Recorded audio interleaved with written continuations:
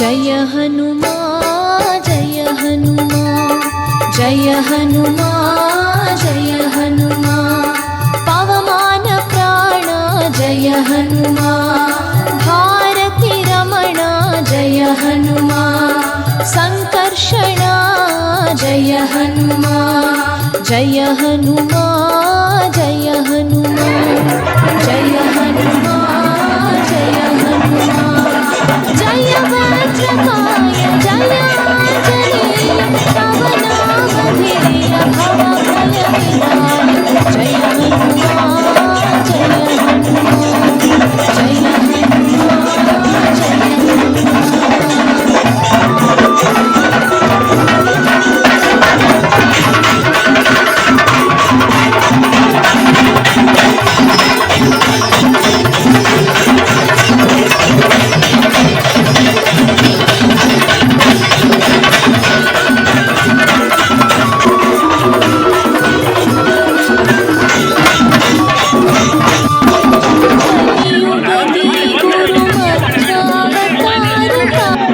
ಪಶ್ಯಂತು ಮಾ ಕಶ್ಚಿತ್ ದುಃಖ ಭಾಗ್ ಭವೇತ್ ಅಂತ ಬೇಡ್ಕೊಂಡ್ರು.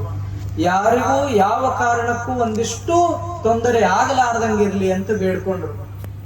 ಯಾವಾಗ ಡೊಳ್ಳು ತಂದಿದ್ದು 10,000 ವರ್ಷಗಳ ಹಿಂದಿನಿಂದ ಇಲ್ಲಿಯವರೆಗೆ ಸಾಕ್ಷಿಯಾಗಿಯೋ ಒಬ್ಬರ ಕೈ ಹಿಡಿದು ಮುಂದೆ 89 ವರ್ಷಗಳವರೆಗೆ ಅಗಲಲಾರದಂಗ ಬದುಕುವ ಜೀವನ ಕ್ರಮ ಏನೈತಲ್ಲ ಅದು ಹಿಂದೂಗಳದು. ಸುಮ್ಮನೆ ಒಂದು ಮಾತು ಹೇಳ್ತೇನೆ, ಸಾಕಷ್ಟು ಜನ ತಾಯಂದಿರು ಇಲ್ಲಿ ಅದಾರ.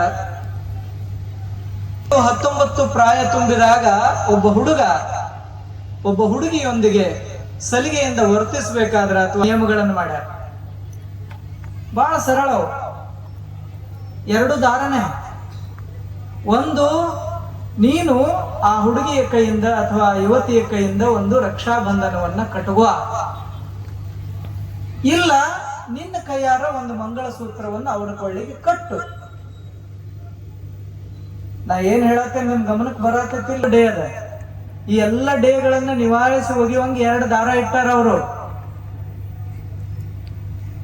ಇಷ್ಟಂಗ ಶಾಂತ ಕೂತರು ನೀವು. ನಾ ಏನ್ ಹೇಳತ್ತೇನೆ ತಿಳಿದ್ರೆ ತಿಳಿಯಾಗತ್ತಿಲ್ಲ.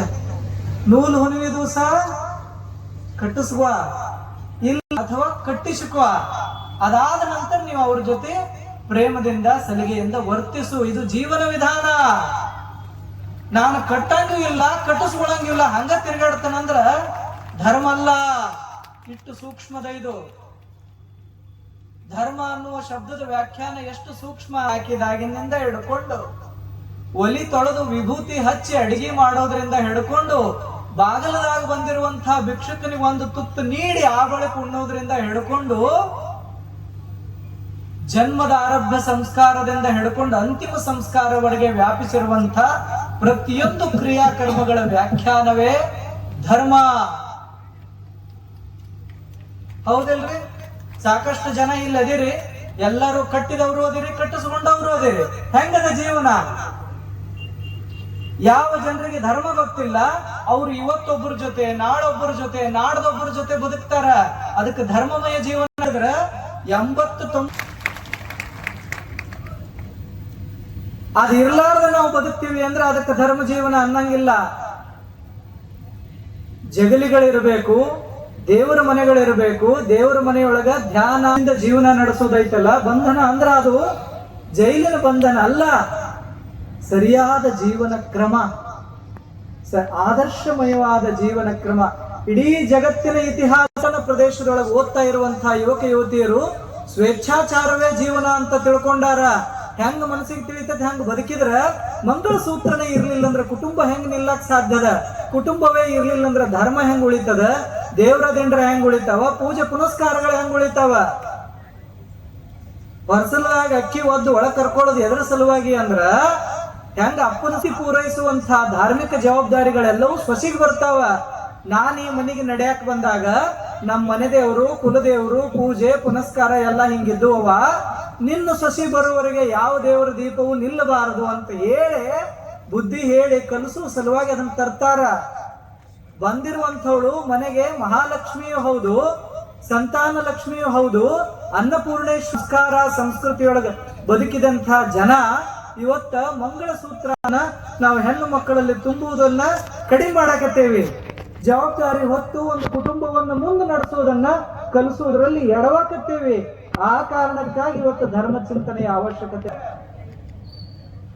ಎಲ್ಲರೂ ದಿನ ಬೆಳಗಾದ್ರೆ ಬೆಳಗಾವಿಗೆ ಹೋದವ್ರು ಅದಿರಿ, ಒಂದಿಟ್ಟು ನೋಡಿ ಬರ್ರಿ ಹುಡುಗರು ಹೆಂಗ್ ದಾರಿ ತಪ್ತಾರಂತ ಹೇಳಿ.